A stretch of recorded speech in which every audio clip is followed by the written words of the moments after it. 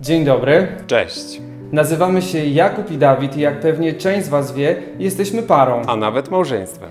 W ostatnim czasie pada wiele przykrych słów w stronę ludzi takich jak my. Zapewne słyszeliście stwierdzenia o tym, że Polska byłaby bez nas piękniejsza, albo że LGBT to nie ludzie.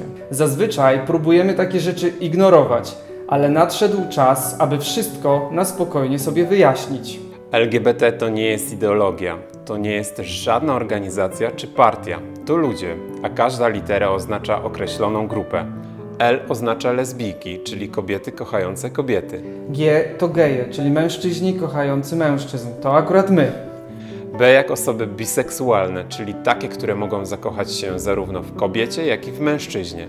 Oraz T jak osoby transseksualne, czyli wymagające korekty płci.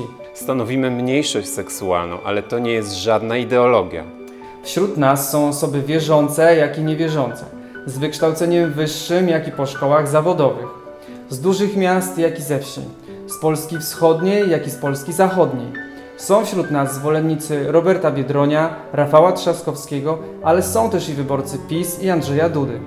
W sumie uważa się, iż stanowimy 5% naszego społeczeństwa, czyli jest nas w Polsce około 2 miliony. Jesteśmy waszymi sąsiadami, fryzjerami, lekarzami, strażakami czy też prawnikami. Spotykamy się na co dzień, mijamy na klatkach, w sklepach, w parkach czy w pracy. Żyjemy ze sobą szanując siebie nawzajem i nie pozwólmy politykom tego zniszczyć czy nas poróżnić. Nie dajcie sobie wmówić, że jesteśmy jakimkolwiek zagrożeniem dla waszych rodzin. Sami mamy rodziny i nasi rodzice, dziadkowie i rodzeństwo są dla nas największą wartością. Moja babcia nazywa Dawida swoim drugim wnuczkiem. Za to Kuba jest ulubionym wujkiem mojego 13-letniego brata Krzysia. Nie chcemy też nikogo namawiać na zmianę orientacji, bo orientacja to nie jest moda, to nie jest coś, co można wybrać. Tacy się rodzimy i już.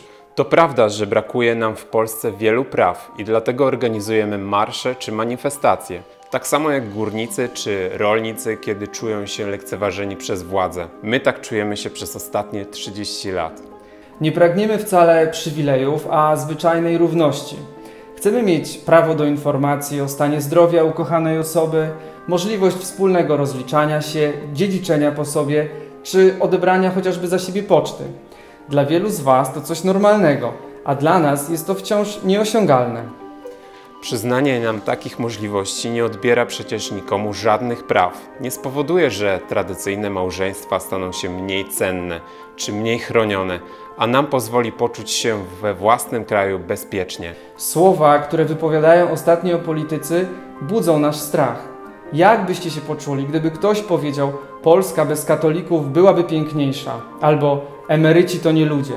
My podobne słowa słyszymy o sobie od kilku dni.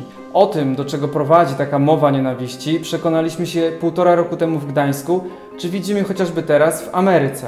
Władza to nie tylko przywileje, to także odpowiedzialność. Także odpowiedzialność za słowa. Tej niestety ostatnio bardzo brakuje i dlatego, licząc na wasze zrozumienie, zwracamy się do was bezpośrednio. Nie pozwólmy polityce stanąć między nami. Pamiętajmy wszyscy o tym, że żyjemy wspólnie w jednym kraju nie od dzisiaj i nie dajmy sobie wmówić, że nagle staliśmy się sobie wrogami. Gdy słyszycie podłe słowa o LGBT, nie myślcie o ideologii, bo to nie ideologia czuje, kocha, ma imię i marzenia, a prawdziwi ludzie. A najgorsze, co może się nam przydarzyć, to przestać właśnie w drugiej osobie widzieć człowieka. Pamiętamy przecież z historii, do czego to może prowadzić.